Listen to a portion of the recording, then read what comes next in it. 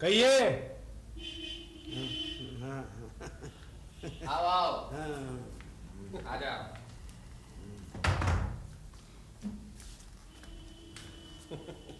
क्या हुआ, पुलिस आई? हाँ, 11 बजे। किस राम राज्य में हैं आप? सबको धमकाया पुलिस ने और लाश लेकर चले गए। किसी से कुछ पूछा? किसी से कुछ पूछा? हाँ, पूछा था कौन कहाँ है। हाँ। और फिर जिस तेजी से आए ना उसी तेजी से चले गए।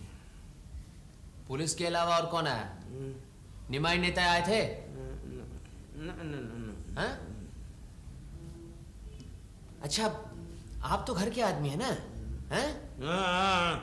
तो आप क्या समझते हैं कि खूनी कौन हो सकता है?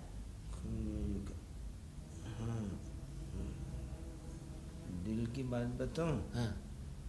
घर के किसी ने ये काम नहीं किया। अच्छा, आपको किसी पर शक है?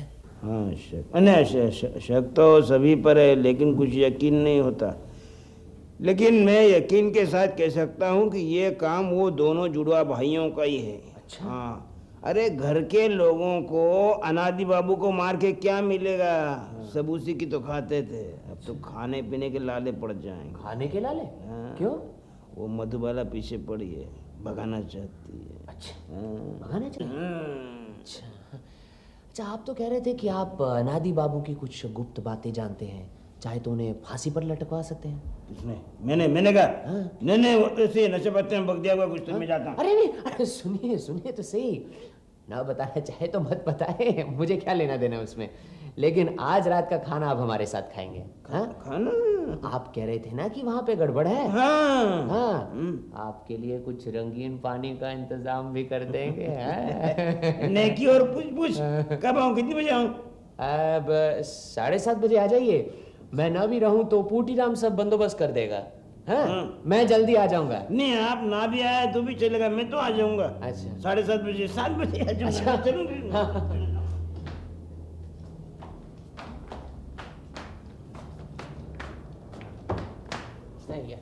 हाँ, उधर नहीं, इधर इस तरफ। हाँ। जब तक इसके पेट में ना कुछ जाए ये कुछ उगलने वाला नहीं केष्टो बाबू हैं। एक आध बोतल का इंतजाम कर दोगे? हाँ, अच्छी वाली लाना।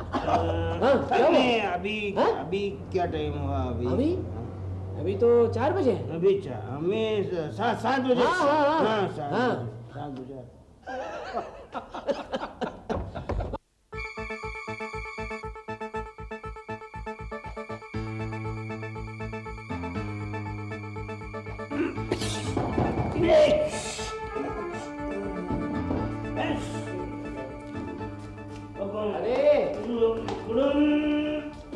केष्टो बाबू, ये क्या हो रहा है? अरे क्या हो क्या रहा है ये? 3 बटेर मार दी। 3 बटेर मारे? अच्छा, कैसे मारे आपने? ऐसे ऐसा अरे गुड़ुम तो बंदूक की आवाज है, ये तो मैं जान गया, लेकिन ये क्या है? फिश मतलब वो पंछी के प्राण पखेरु उड़ गए। चलो अभी आप भी उड़ जाइए। हाँ, उड़ जाइए। कहीं नहीं जाना, बस यहीं पे जमीन पर इस तरह लड़खड़ाई मत। हाँ, आराम से। यहाँ आगे नहीं, पीछे। अजीत साहब पकड़ना। बैठिए कुर्सी। बैठिए। अरे कहाँ? यहाँ आराम से बैठिए। हाँ, ठीक है। केष्टो बाबू, अरे चिड़िया तो मार ली है, कभी आदमी मारा है? अरे घबराइए मत यारो, दोस्तों में क्या शर्माना। आपको बताऊं, मैंने भी 3 लोगों का खून किया है। हाँ, अरे पूछ लीजिए अजीत बाबू से। हाँ। नहीं, मैंने तो नहीं मारा, लेकिन गिरोह में था।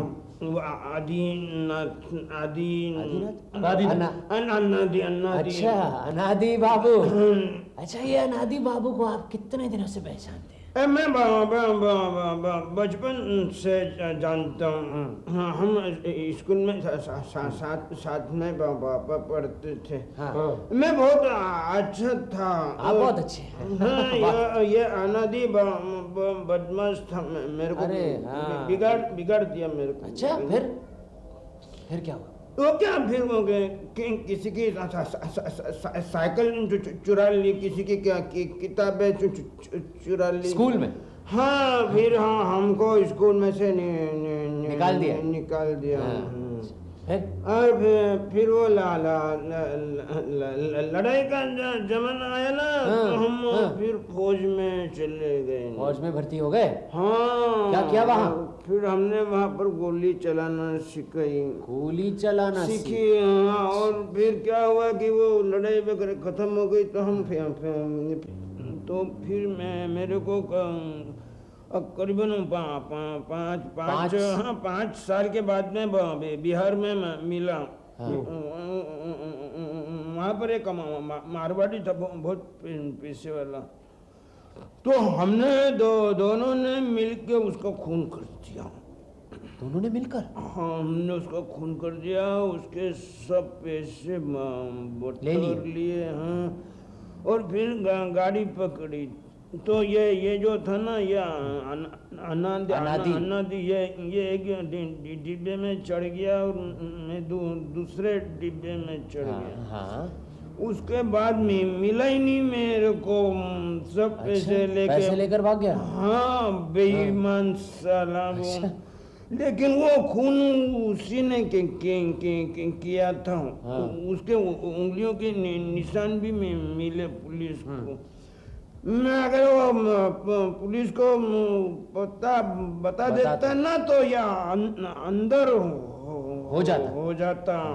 हाँ, और फिर मेरे को मिला ही नहीं। फिर अभी 2 साल पहले मिला कि देख, मैंने अगर पुलिस को बता दिया तो तू अंदर हो जाएगा, अंदर हो जाएगा। और क्या कहा? तो वो क्या बोला कि नहीं, तो मेरी भी हालत बहुत खराब थी। तो मैंने क्या बोला उसको कि देख मेरे खाने में पीने का इंतजाम तू करता हो तो मैं पुलिस को नहीं बताऊंगा। तो तब से मैं उसी के साथ में हूँ, क्योंकि खून की बात कभी बंद नहीं होती ना। बंद नहीं होती? हाँ, बंद नहीं होती। हाँ, कभी बंद नहीं होती खून की बात। नहीं होती। हाँ, ये तो जानते हैं ना। हाँ, खून की बात कभी बंद नहीं होती। हाँ?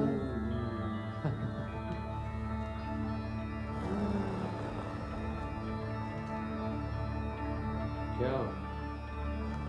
खून की बात कभी बंद नहीं होती। अरे केशव बाबू कहाँ चले गए? कल रात जो पीकर नशे में उगल पड़े, सुबह एहसास होते ही भाग गए। किससे चिट्ठी लिख रहे हो? ये लो पढ़ो। प्रिय रमेश, इतने दिनों बाद मेरी याद भी है या नहीं? हम इकट्ठे कॉलेज में थे। कॉलेज में मुझे शर्लॉक होम्स कहते थे।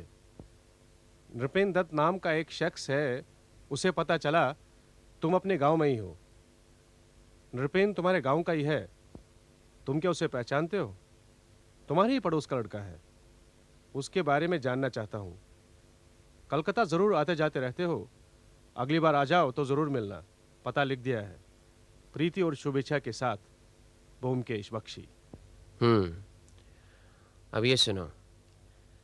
निमाई बाबू और नेताई बाबू, अनादि हलदार के मकान के सामने वाले होटल के 3 मंजिले के कमरे की बात हमें पता चल गई है। आप दोनों फौरन मुझसे मिलिए, नहीं तो ये बात फौरन पुलिस तक पहुंच जाएगी। ब्योमकेश बख्शी। क्यों, कैसी लगी? कुछ बात तो है। अब इन दोनों को फौरन पोस्ट करो और हमें जाना है दयाल हरी मजूमदार से मिलने। पता मालूम है ना?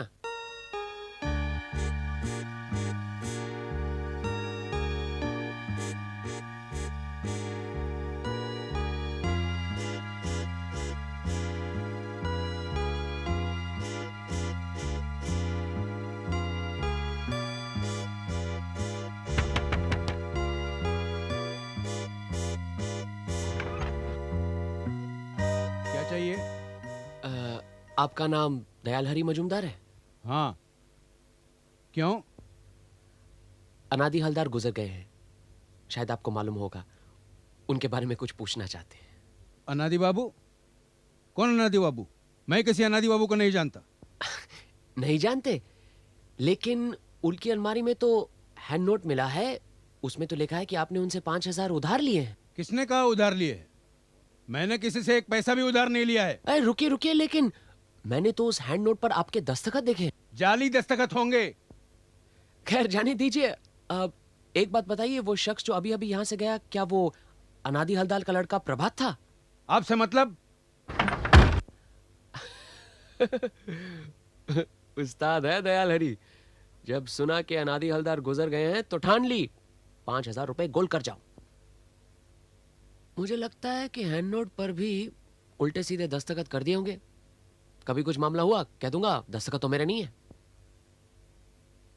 अजीत, असल मुद्दा तो ये है कि अनादि हलदार ने इसे 5,000 उधार क्यों दिए, और वो भी बिना कुछ गिरवी रखे। चलोगे भी? हाँ, लेकिन पता तो करना होगा। आइए।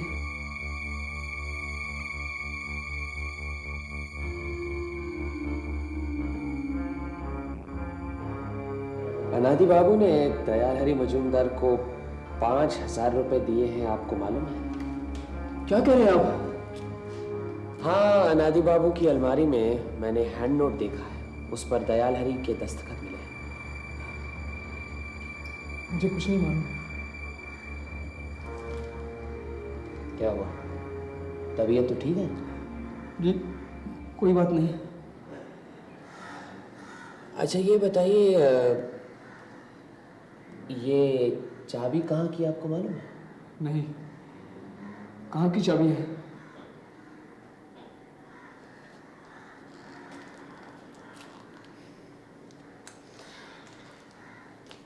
चलो।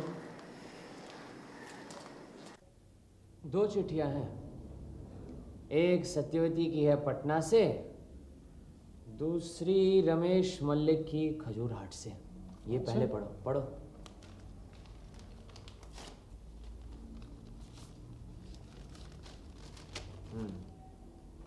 क्या लिखा है? आप जिस महानुभाव के बारे में जानना चाहते हैं ब्योमकेश बाबू, वह पहुंचा हुआ व्यक्ति है। किसी भी चाबी की नकल, डुप्लीकेट निकालने में माहिर है। बाप ने घर से निकाल दिया है, कलकत्ता जाकर कहीं नौकरी की, वहां कैश बॉक्स की चाबी तैयार की, पकड़ा गया, फिर जेल की हवा खाई। ये 3-4 साल पहले की बात है। आप उसे कैसे पहचानते हैं पता नहीं, लेकिन होशियार रहिए। लगता है चाबी अनादि हलदार की अलमारी की है। बिल्कुल ठीक कहा तुमने। निर्भय ने अलमारी की चाबी बनाई, अलमारी में माल होगा, शायद उसने यही सोचा था। मौका देख रहा होगा। ये भी हो सकता है कि कुछ हथियार भी लिया हो। फिर दिवाली की रात देखो,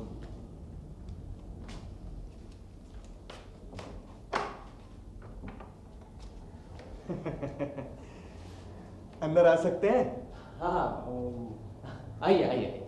हाँ, आओ आओ, बैठिए। हाँ, बैठो।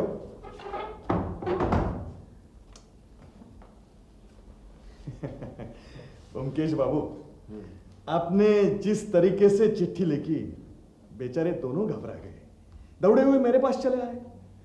उनकी हिम्मत ही नहीं हुई यहां आने की। नहीं, आपको जो कुछ पूछना है पूछ लीजिए, हम आपसे कुछ भी नहीं छुपाएंगे। अच्छा ये बताइए कि अनादि हलदार मकान के सामने वाले होटल में कौन आता जाता है? दोनों भाई जाते थे। वो क्या है, दोनों की शक्ल करीबन एक जैसी है ना, इसलिए होटल वाले समझ नहीं पाते कौन आया कौन गया। होटल के 3 मंजिले वाले कमरे को किराए पर लेने का मकसद क्या था? तो करीब 2 साल पहले अनादि बाबू कलकत्ते में आए। तब ये दोनों भतीजे अपने चचा से मिले। इनके पिता गुजर चुके थे। अनादि बाबू ही इनके एकमात्र नजदीकी रिश्तेदार थे। अनादि बाबू बड़े सज्जन आदमी थे, वो भी अपने भतीजों से प्यार करने लगे। लेकिन ब्योमकेश बाबू, ये बात कुछ लोगों को पसंद नहीं आई। हाँ, वो अनादि बाबू के कान भरने लगे और नतीजा ये हुआ, अनादि बाबू ने निताई निमाई को अलग कर दिया। अनादि बाबू के निताई निमाई कानूनन वारिस है, तो उन्हें डर लगा कि ये दुष्ट लोग उनके चचा को फुसलाकर कहीं उनकी सारी जायदाद हथिया न ले या तो उनका खून कर दे। तब दोनों ने फैसला किया कि अपने चचा पर निगरानी रखना जरूरी है और इसलिए घर के सामने वाले होटल में एक कमरा किराए पे लिया और निगरानी रखने लगे। दोनों भाई बारी बारी से होटल में जाते और खिड़की में से दूरबीन लगाकर अनादि बाबू पर निगरानी रखते। उस रात अनादि बाबू बालकनी में खड़े आतिशबाजी देख रहे थे। 11 बजे के करीब एकाएक उन्होंने अंदर मुड़कर देखा तो बंदूक की आवाज सुनाई दी। गोली निमाई के कान के पास से गुजर गई। बेचारा बाल बाल बच गया। उधर ऊपर बालकनी में अनादि बाबू गिर पड़े। घर के अंधेरे में बंदूक किसने चलाई ये भी निमाई देख नहीं सका, तो वो दौड़ता हुआ घर चला आया। फिर दोनों भाई मेरे पास आए। हम तीनों अनादि बाबू के घर पहुंचे तो आप वहां पहले से ही मौजूद थे। यही वजह थी होटल में कमरा लेने की, बस इसमें जरा भी झूठ नहीं है। देखिए, अगर निमाई नेताई निर्दोष हैं तो डरने की कोई बात नहीं है। सच? धन्यवाद ब्योमकेश बाबू, आज आपका बहुत वक्त बर्बाद किया। खजाने के तौर पे। अरे ये क्या कर रहे हैं? मैं घूस नहीं लेता। नहीं, ये क्या बोल रहे हैं आप? ये घूस थोड़ी ही है। अच्छी, आप तो अनादि बाबू की मृत्यु की छानबीन कर रहे हैं तो उसमें खर्चा तो होगा ही। वो खर्चा इन्हीं को तो देना पड़ेगा। मैं आपका और वक्त बर्बाद नहीं करूंगा। नमस्कार। नमस्कार। चलो चलो। नमस्कार। नमस्कार।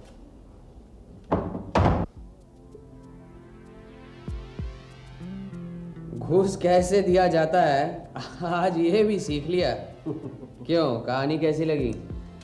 कुछ भी नामुमकिन नहीं लगा। तुम ऐसी कहानी लिख सकते हो? लो टेलीफोन करो। अरे अब किसकी याद आ गई? विकास से बात करनी है। हेलो विकास। हाँ, आजकल क्या हो रहा है? सुनो, एक काम करना है। शिवली मजूमदार का नाम सुना है? हाँ, वो जो गाना गाती है। और उसके पिता दयाल हरी मजूमदार। हाँ, नोट करे हो ना? पता है 22/3 रामतनु लेन, श्याम बाजार। हाँ, इन दोनों के बारे में सब कुछ पता करना है। खास करके ये कि अनादि हलदार और प्रभात हलदार के साथ क्या संबंध है। नहीं नहीं, 1-2 दिन की बात नहीं है। हाँ, अगले हफ्ते घर पे आ जाओ। हाँ हाँ हाँ, अच्छा ठीक। अच्छा ब्योमकेश, एक बात बताओ, जब तुम समझ गए कि ये 500 रुपये घूस हैं तो क्या इन्हें लेना उचित है? तुम क्या कहना चाहते हो? अरे भाई, मान लो बाद में पता चला कि ये निमाई और निताई ही असली खूनी है, तब क्या करोगे? घूस खाकर अपना मुंह बंद कर दोगे? अरे उन्हें पकड़वा दूंगा। अनादि हलदार के खून की छानबीन के लिए तो फीस दी है। सरकार, मैं हूं। अरे बंटू आज बिल्कुल समय पर आ गया। नमस्कार सरकार। नमस्कार बंटू। नमस्कार सरकार। नमस्कार सरकार, चंदा लेने आया। मुझे मालूम है। अजीत, जरा इन्हें पैसे तो दे दो। ये लो। 10 रुपए छुट्टे नहीं होंगे सरकार? कोई बात नहीं, रख लो रख लो। सरकार, यही तो फर्क है आप में और दूसरों में। अनादि हलदार का खून हो गया है, सुना है तुमने? हाँ सुना सरकार। तुम्हें तो सब कुछ मालूम होता है। उन्हें किसने मारा, कुछ बता सकते हो? अरे सरकार, कलकत्ते में लाखों लोग रहते हैं, कौन किसको मारता है कुछ पता लगता है क्या? लेकिन सरकार, वो आदमी अच्छे नहीं थे। वो हमारा चंदा अगर बंद नहीं करते तो इस तरह बेमौत मारे नहीं जाते। मैं उन्हें बचाता। अच्छा, तुम्हारे पास वो जो बंदूक थी, क्या वो बिक गई? कब की? दूसरी आ गई है। लोगी क्या? नहीं नहीं, तुम बंदूक तो भाड़े पर भी देते हो ना? हाँ, क्यों नहीं। अच्छा, क्या लेते हो? सरकार, एक दिन का 50 रुपए। और 2 टूटे के साथ, और भाड़े के साथ 400 रुपया जमा। बंदूक वापस करने पे 400 रुपया वापस। अगर आपको चाहिए तो डिपॉजिट नहीं लूंगा। नहीं, ऐसी कोई बात नहीं है, बस रेट मालूम करना चाहता था। अच्छा, जिस रात अनादि हलदार का खून हुआ उस रात तुमने किसी को बंदूक भाड़े पर दी थी? सरकार ये मत पूछिए, ये मैं नहीं बताऊंगा, क्योंकि ये हमारे धंधे का उसूल है। एक खरीदार की बात दूसरे को नहीं बताते, इससे हमारे धंधे में बरकत नहीं होती। आओ विकास, आओ। नमस्ते मुकेश बाबू। आओ बैठो। आपने 7 दिन कहा था, कुछ ज्यादा दिन लग गए। कोई बात नहीं। क्या खबर लाए हो शिवली और दयाल हरी मजूमदार के बारे में? सबसे अच्छी बात तो ये हुई कि दयाल हरी मजूमदार के एक 9-10 साल का लड़का है। हाँ। मैं उसी की मास्टरी में लग गया। अरे शाबाश, फिर तो किला फतेह है। शिवली अच्छी लड़की है, हाँ। बहुत अच्छा गाती है, रात दिन उसी चक्कर में लगी रहती है। सभा समिति में गाती है, रिकॉर्ड भी निकाले हैं। कुछ महीने पहले उसकी शादी होने वाली थी प्रभात से, मगर हो न सकी। क्या वजह थी, कुछ पता चला? ठीक कह नहीं सकता, मगर मेरा ख्याल है वजह अनादि बाबू ही थे। दरअसल अनादि बाबू को यह पता लग गया था कि दयाल हरी की हालत कुछ अच्छी नहीं है। वो प्रभात की शादी भी रुपए पैसों के चक्कर में ही कर रहे थे। अनादि बाबू ने दयाल हरी को 5,000 रुपए उधार भी दिए थे। अभी 2 दिन पहले दिन में 4-5 बार प्रभात शिवली से मिलने आया था। इधर निताई निमाई नाम के 2 भाइयों ने दयाल हरी पर 5,000 रुपए का दावा ठोक दिया है। प्रभात ने यह कहा है कि वो कहीं से भी 5,000 रुपए इकट्ठा करके दयाल हरी को ला के देगा ताकि वो निताई निमाई के उनके पैसे लौटा सके। बदले में दयाल हरी ने यह वचन दिया है कि पैसे मिलते ही वो प्रभात की शादी शिवली के साथ कर देगा। प्रभात खुश होकर चला गया। इधर एक बड़ी अजीब सी बात हुई। एक मास्टर था सदानंद, शिवली का, रोज गाना सिखाने आता था। कल से सदानंद और शिवली दोनों गायब हैं। मुझे तो इसमें बुढ़े की भी साजिश लगती है, क्योंकि आज सुबह जब मैं उसके घर पढ़ाने गया तो मैंने देखा घर का दरवाजा खुला है और दयाल हरी अपने लड़के के साथ 9-2-11। आप कहें तो चारों कहाँ छिपे हैं ढूंढ के निकालूं? बाद में, फिलहाल एक काम करना है।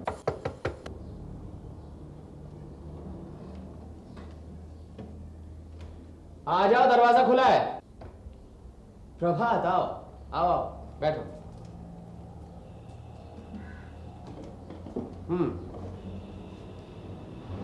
दयाल हरी के खिलाफ निमा नेता ने 5,000 का दावा कर दिया है। मालूम है। मालूम है? खैर वो सब जाने दीजिए, मुझे अब इस मामले में कोई दिलचस्पी नहीं है। मुझे कुछ नहीं चाहिए। मैं आपसे सिर्फ इतना कहने आया हूं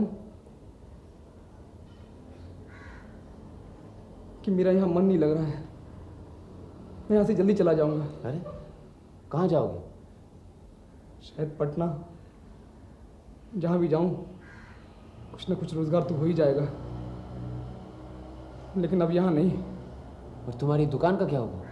दुकान को बेच दूंगा। अजीत बाबू, आपकी कोई पहचान के हैं जो किताबों की दुकान खरीदना चाहें? मैं सस्ते में दे दूंगा। अरे हम ही खरीद लेंगे ना, अजीत तो लेखक है, खुद जला लेगा। आप लेंगे? इससे अच्छा और क्या हो सकता है? आप अगर लेंगे तो मुझे दुकान बेचकर भी दुख नहीं होगा। दुकान में कितने रुपयों की किताबें होंगी? करीबन 4,000 की। ठीक है, हम कल आकर सब देख दाख लेंगे, जो वाजिब कीमत होगी आपको दे देंगे। लेकिन हमें दुकान पर कब्जा इसी हफ्ते मिल जाना चाहिए। हाँ हाँ ज़रूर, मैं भी तो जल्दी से जल्दी यहाँ से जाना चाहता हूँ। अच्छा, वो नृपेन बाबू आपके यहाँ काम कर रहे हैं अभी? हाँ, लेकिन मैंने उनसे कह दिया है कि मैं दुकान बेच रहा हूँ, तो उन्होंने कहा है कि मैं दूसरी जगह नौकरी तलाश कर लूँगा। क्या आप उन्हें रखना चाहते हैं? हाँ, रख सकते हैं। आप ऐसा कीजिए, उन्हें आज ही मेरे पास भेज दीजिए। ठीक है, मैं दुकान पहुँचती ही उन्हें भेज दूँगा। हाँ ठीक है। अच्छा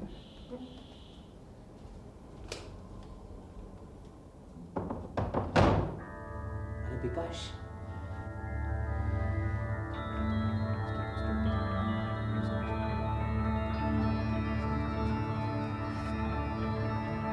कल रात 12 बजे तक तुम्हें कोई छुट्टी नहीं मिलने वाली, समझे? चलो। अच्छा अच्छा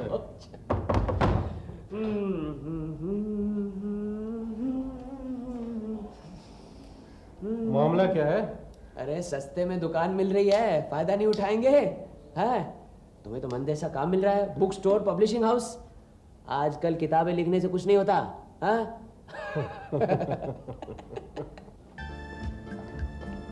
प्रभात बाबू ने भेजा है, सुना है आप दुकान खरीद रहे हैं। वो सब रहने दीजिए, आपकी पोल खुल चुकी है। कैसी पोल? आपके गांव के रमेश मल्लिक मेरे दोस्त हैं। अनादि हलदार की अलमारी की चाबी आपने बनाई है। उस अलमारी में काफी रुपए थे, ये आपको मालूम है। वो कहाँ है? अगर मैं पुलिस को बता दूं तो आपसे जवाब तलब करेगी, तब आप क्या कहेंगे? ठीक है, मैं पुलिस को कुछ नहीं बताऊंगा, बशर्ते आप मेरा एक काम करेंगे। क्या काम? आपको मेरे लिए एक डुप्लीकेट चाबी बनवानी होगी। आइए, आपका सब हिसाब तैयार है। अच्छा, सब तैयार हो गए? हाँ, ये देखिए। अजीत, सब कुछ देख लेना। कल 9 बजे आपको सारा रुपए दे देंगे और दुकान पर कब्जा कर लेंगे, ठीक है? कल सुबह 9 बजे दुकान आपकी।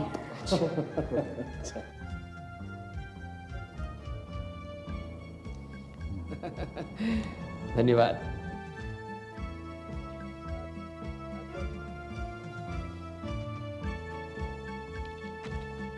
कोई खास खबर? कुछ नहीं, प्रभात बाबू तो रात 9 बजे ही दुकान बंद करके चले गए थे। हाथ में कुछ था? नहीं, कुछ नहीं था। कोई और आया था? नहीं, और कोई नहीं आया था। अच्छा, एक काम करो, मैं और अजीत दुकान के अंदर जा रहे हैं, तुम बाहर से दरवाज़ा बंद कर देना, हाँ? और हमारा इंतज़ार करना। कितना वक्त लग जाए कुछ कह नहीं सकता, और अगर कोई आए दरवाज़ा खोलकर अंदर आना चाहे तो उसे आने देना, रोकना मत। हाँ, चारों तरफ पुलिस तैनात है, उन्हें सब मालूम है, तुम घबराना मत। हाँ, यहीं रहना। चलिए।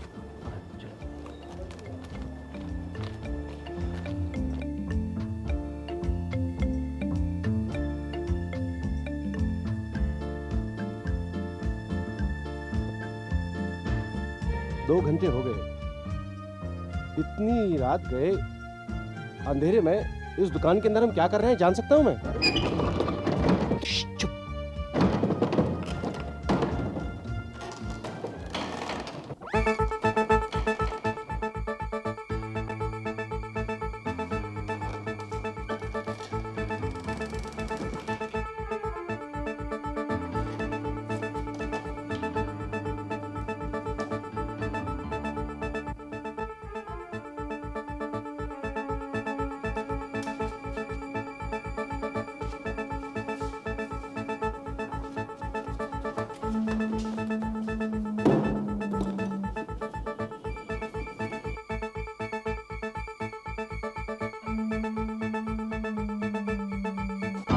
थैला मुझे दीजिए। ब्योमकेश बाबू आप? जी हाँ, मैं और अजीत भी। थैला दीजिए मुझे, बाहर पुलिस भी है। अजीत, हाँ? इसे रखो, किताबें काफी कीमती है। चलिए प्रभात बाबू। कहाँ? Police station? जी नहीं, फिलहाल तो हमारे घर जाना होगा। चलिए, आइए।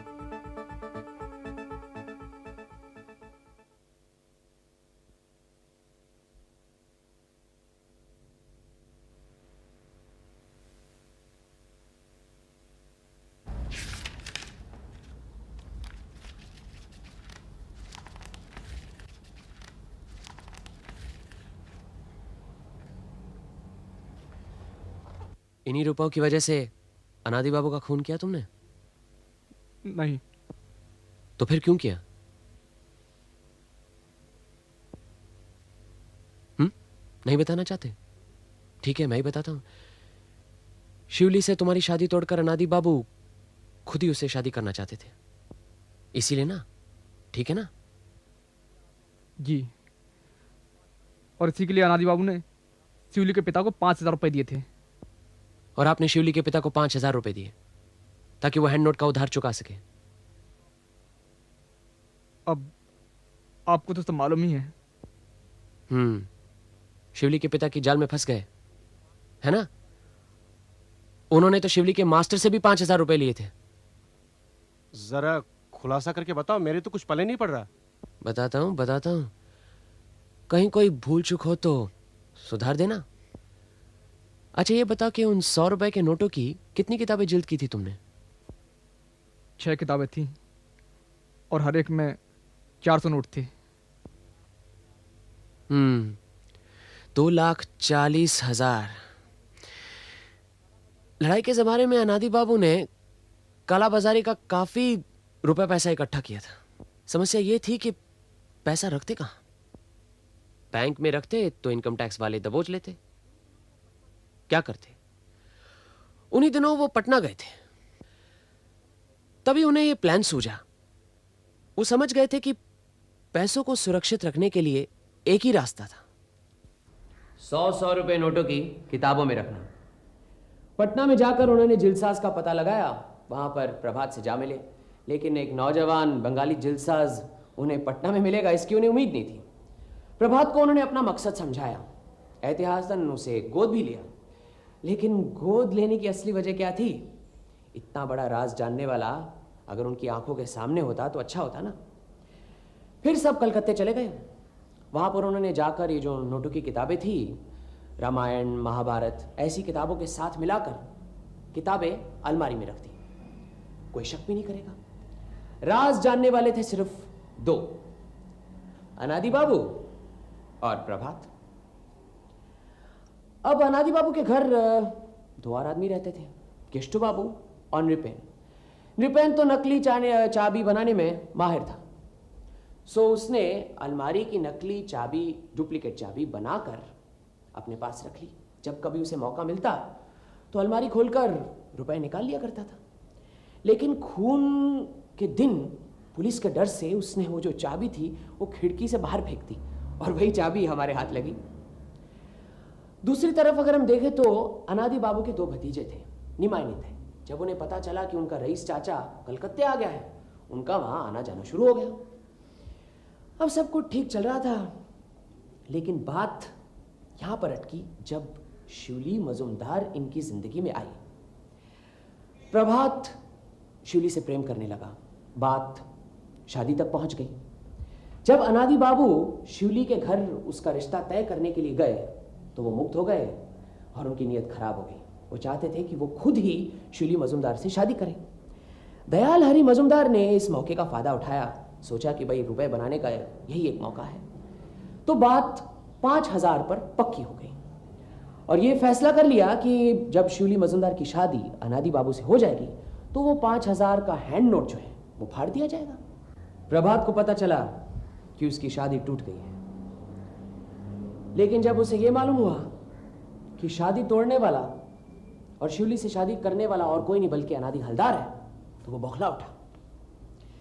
फिर दिवाली की रात अनादि बाबू का खून हो गया।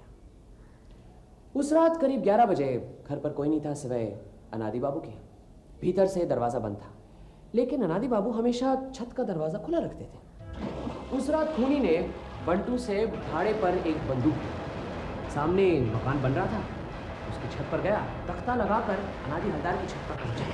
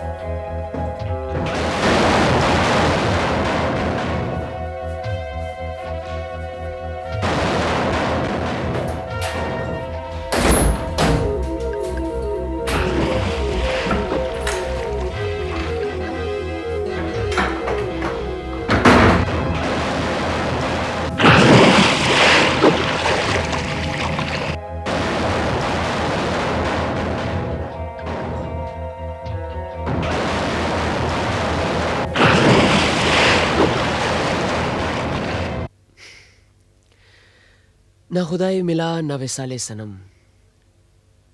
तब आपने फैसला किया कि कलकत्ता छोड़कर जाएंगे, दुकान बेचने की बात की। मैंने सोचा यही मौका है, कहाँ मैं हजारों किताबों में रुपयों की किताब ढूंढूंगा, पुलिस से तहकीकात करवाऊंगा। लेकिन मुझे यकीन था कि आप कलकत्ता छोड़ने से पहले रुपए लेने जरूर आएंगे। और फिर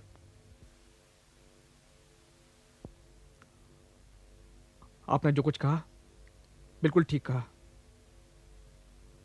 मैं दोषी हूं, मुझे इसकी जरूर सजा मिलनी चाहिए। लेकिन मुझे इस बात की खुशी है कि मुझसे भी ज्यादा गुनहगार अनादि बाबू अब नहीं रहे, और इसलिए मैं किसी भी सजा के लिए तैयार हूं। अब आप ऐसा कीजिए, मेरे साथ पुलिस स्टेशन चलिए, ये जो रुपए है वहां दे दीजिए, अपना जुर्म कबूल कीजिए और जुर्म करने की वजह बताइए। मैं आपके साथ रहूंगा, जो उचित है वही होगा। अगर सजा काटने के बाद आप वापस आ गए, आपकी दुकान आपकी ही रहेगी, आपके काम आएगी।